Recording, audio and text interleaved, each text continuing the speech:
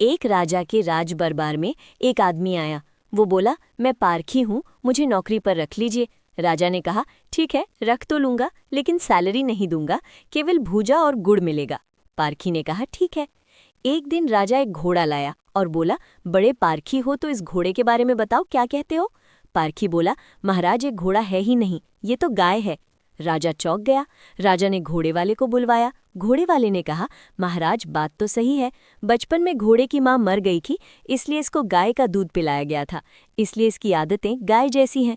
अब राजा ने बड़ी हैरानी से पारखी से पूछा, भैया तुम्हें कैसे मालूम चला?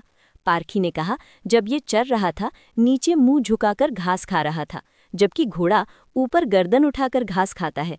मैंने इसकी आदतों से पहचान लिया। राजा खुश हो गया। राजा ने कहा, अब तुम भूजा और आधा किलो गुड़ ले लो। कुछ दिन बाद राजा ने अपनी रानी के बारे में पूछा कि भैया मेरी रानी के बारे में बताओ, वो कैसी है, मुझे तो वो बहुत प्रिय है। पारखी ने कहा, हुजूर आपकी रानी खानदानी नहीं है। राजा को भरोसा नहीं हुआ।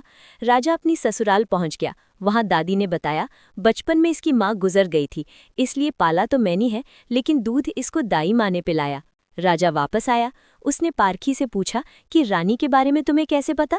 पारखी बोला, हुजूर इसके स्वभाव से खानदानी रानियों में शालीनता होती है, मगर ये नौकरों पर चिल्लाती है, गाली देती है, चीखती है, इनकी आदतों से पहचान गया, ये खानदानी वही है। राजा बोला, चलो अब मेरे बारे में बताओ। पारखी बोला, हुजूर जान की बख्शीश पाऊं तो बताऊं? राजा ने कहा, जाओ जाओ, तुमको जान की बख्शीश देते हैं, मेरे बारे में जो भी बताना सच सच बताना।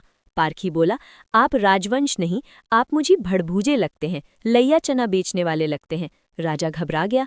राजा ने अपनी माँ से पूछा, माँ सच सच बताओ वरना मैं मर जाऊंगा। माँ रोते हुए बोली, बात तो सच है, जिस दिन तू पैदा हुआ उसी दिन महल के पास भड़भूजे का बेटा भी पैदा हुआ था।